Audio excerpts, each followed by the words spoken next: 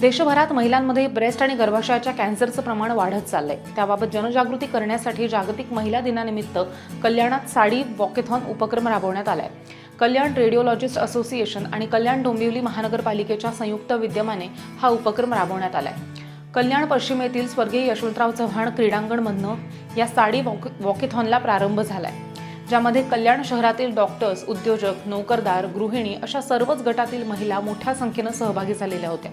या सर्व महिलांनी भारतातील महिलांचा पारंपरिक वेश म्हणून समजला जाणारा साडी नेसून ह्या उपक्रमात भाग घेत ब्रेस्ट आणि गर्भाशयाच्या कॅन्सरबाबत जनजागृतीचा संदेश दिलाय, ज्यामध्ये केडीएमसीच्या आयुक्त डॉक्टर इंदू राणी जाखड, कल्याण IMA अध्यक्ष doctor Surekha Itkar, doctor Sarika Dubey, doctor Kiran Shinde, doctor Sonali Patil या आघाडीच्या महिलांनी ह्यामध्ये पुढाकार घेतल्याचे दिसून आलंय।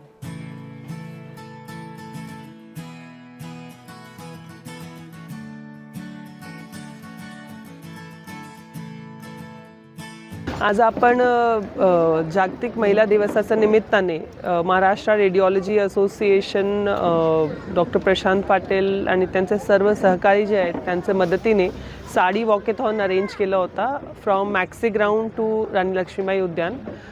याचा हेतू हे होता की साडीच्या बाबतीतली जनजागृती नवीन पिढीमध्ये व्हावं आणि साडी जी एक खूप महत्त्वाची भारतीय वेशभूषा आहे त्याच्या बाबतीत पर्टिक्युलरली जी यंग पिढी आहे त्यांना एक आवड निर्माण व्हावं। आय थिंक खूप चांगला कार्यक्रम झाला। यामध्ये प्रामुख्याने आपण कॅन्सर प्रिव्हेन्शनच्या अनुषंगाने काही उपक्रम घेतले होते। त्यामध्ये डॉक्टर घाणेकर आणि यांचे टीम, डॉक्टर अंजुम यांची टीमने खूप चांगला मार्गदर्शन सगळ्यांना केला आणि आय थिंक हा एक खूप चांगला स्टेप आहे towards better health and fitness of women.